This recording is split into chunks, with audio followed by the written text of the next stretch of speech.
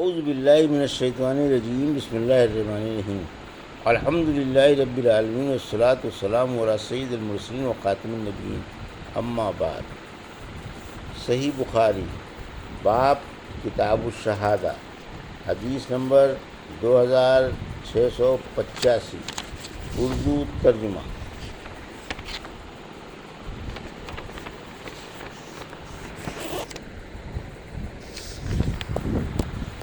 مشرکوں کی گواہی قبول نہ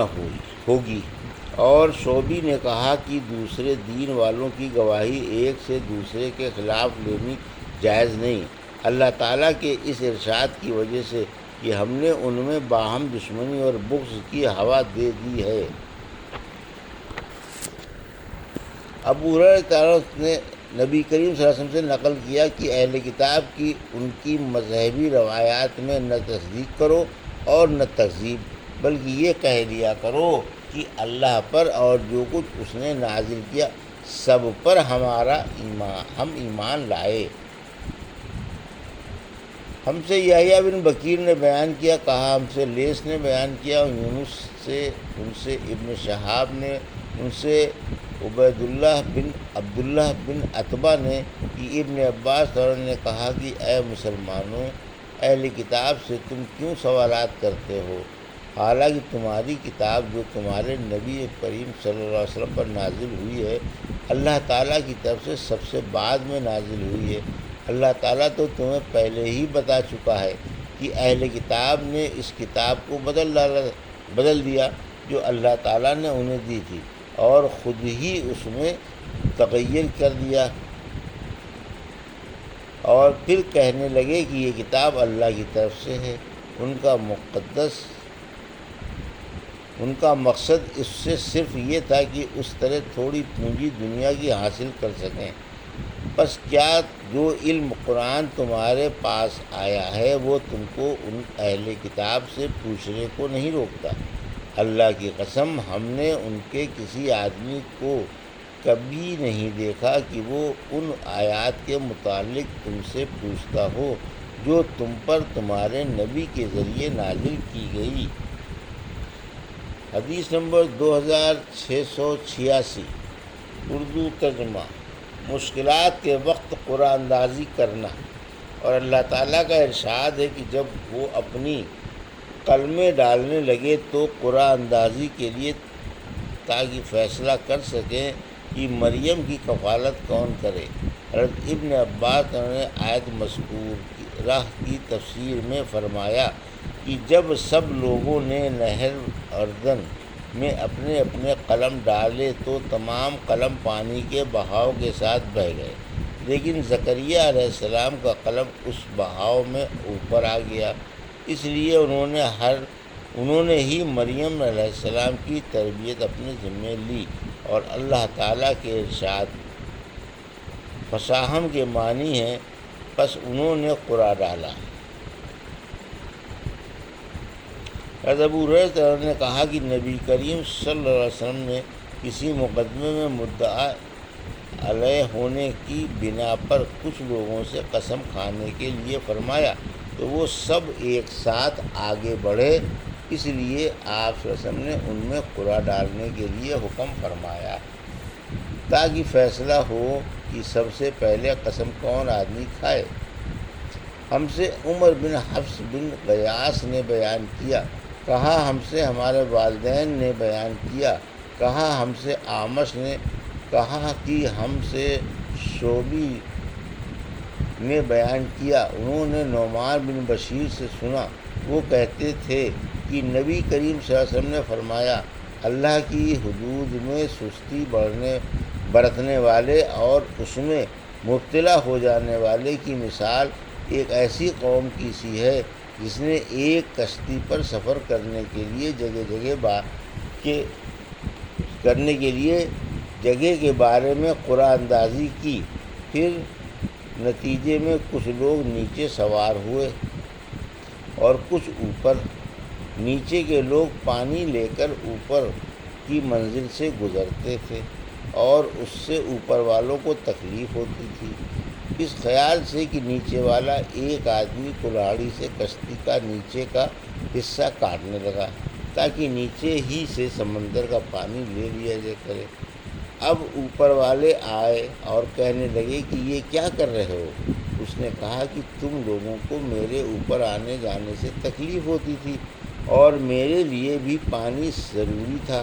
اب اگر انہوں نے نیچے والے کا ہاتھ پکڑ لیا تو انہیں بھی نجات دی اور خود بھی نجات پائی، لیکن اگر اسے یوں ہی چھوڑ دیا تو انہیں بھی ہلاک کیا اور خود بھی ہلاک ہو گئے۔ حدیث نمبر 2687، اردو ترجمہ۔ ہم سے ابو الیمان نے بیان کیا، کہا ہم کو شعیب نے خبر دی زہری سے، ان سے خارجہ بن زید انصاری نے بیان کیا کہ ان کی رشتہ دار ایک عورت ام علا نامی نے، جنہوں نے رسول اللہ صلی اللہ علیہ وسلم سے بیعت بھی کی تھی، انہیں خبر دی کہ انصار نے مہاجرین کو اپنے ہاں ٹھہرانے کے لیے پانسے ڈالے تو عثمان بن مظعون رضی اللہ کا قیام ہمارے حصے میں آیا۔ ام علا نے کہا کہ پھر عثمان بن مظعون ہمارے گھر ٹھہرے اور کچھ مدت بعد وہ بیمار پڑ گئے۔ ہم نے ان کی تیمارداری کی، مگر کچھ دن بعد ان کی وفات ہو گئی۔ جب ہم انہیں کفن دے چکے تو رسول اللہ صلی اللہ علیہ وسلم تشریف لائے۔ میں نے کہا، ابو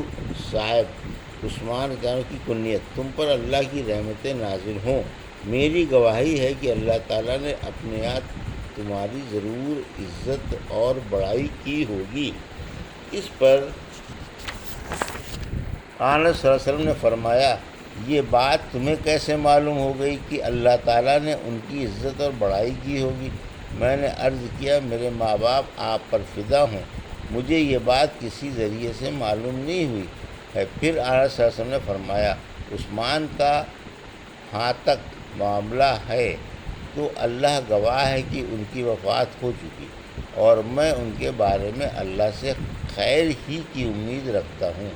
لیکن اللہ کی قسم، اللہ کے رسول ہونے کے باوجود مجھے بھی یہ علم نہیں کہ ان کے ساتھ کیا معاملہ ہوگا۔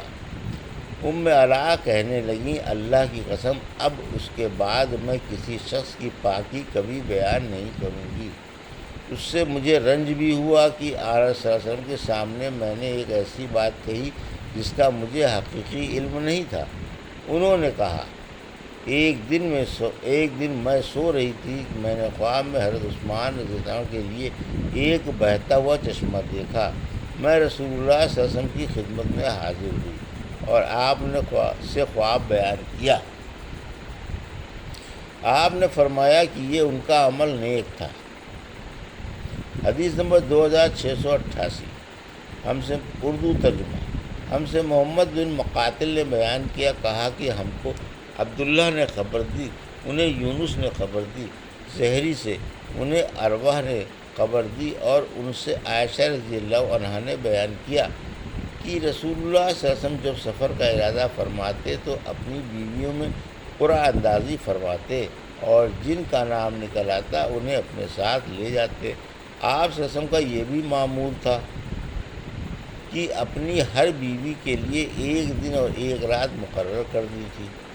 البتہ سودا بنت زمع رضی اللہ عنہا نے اپنی عمر کے آخری دور میں اپنی باری آپ کی زوجہ عائشہ رضی اللہ عنہا کو دے دی تھی تاکہ رسول اللہ صلی اللہ علیہ وسلم کی ان کو رضا حاصل ہو۔ اس سے بھی قرآن اندازی ثابت ہوئی۔ حدیث نمبر 2689، اردو ترجمہ۔ ہم سے اسماعیل نے بیان کیا، کہا کہ مجھ سے امام مالک نے بیان کیا، ان سے ابو بکر کے غلام